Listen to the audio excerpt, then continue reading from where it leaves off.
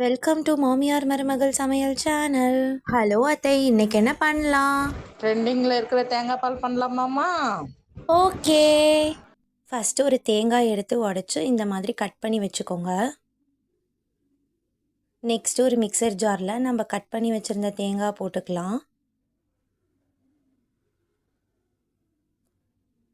இதோட 3 ஏலக்காய் போட்டுக்கலாம்.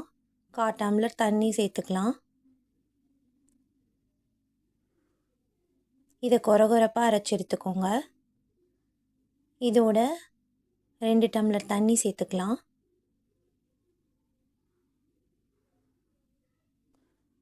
மறுபடியும் இதை நல்லா அரைச்சி எடுத்துக்கோங்க. நல்லா நைஸாக அரைச்சி எடுக்கணும் இந்த மாதிரி.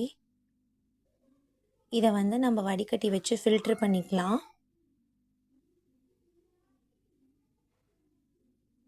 நல்லா அழுத்தம் கொடுத்து ஃபில்ட்ரு பண்ணுங்கள். அப்போ தான் தேங்காய் பால் கெட்டியாக கிடைக்கும். இது முதல் தேங்காய் பால், அதனால் திக்காக தான் இருக்கும். நெக்ஸ்ட்டு தேங்காய் சக்கையெல்லாம் தனியாக எடுத்து வச்சுக்கலாம். எடுத்து வச்சுருந்த தேங்காய் சக்கையை மறுபடியும் மிக்சர் ஜாரில் போட்டுக்கலாம். அதோட 2 டம்ளர் தண்ணி சேர்த்துக்கலாம்.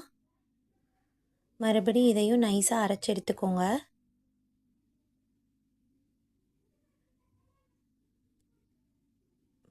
மறுபடியும் அதே போல் இதையும் நம்ம வடிகட்டிக்கலாம். அதே மாதிரி அழுத்தம் கொடுத்து வடிகட்டிக்கோங்க.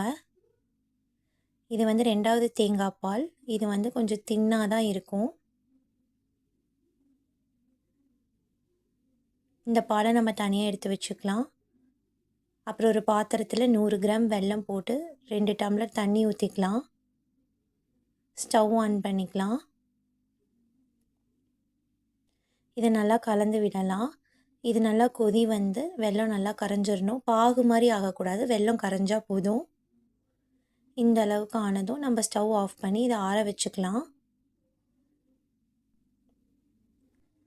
நெக்ஸ்ட்டு நம்ம எடுத்து வச்சுருந்த பாலில் இந்த வெல்லத்தை வடிகட்டி ஊற்றிக்கலாம். இதை நல்லா கலந்து விட்டுடலாம். அவ்வளோதான், நம்ம தேங்காய் பால் ரெடி. இது ஒரு கிளாஸ் டம்ளரில் ஊற்றி ஒரு டேபிள் ஸ்பூன் நட்ஸ் பவுடர் போட்டு நல்லா கலந்து விட்டு குடிச்சு பாருங்கள்.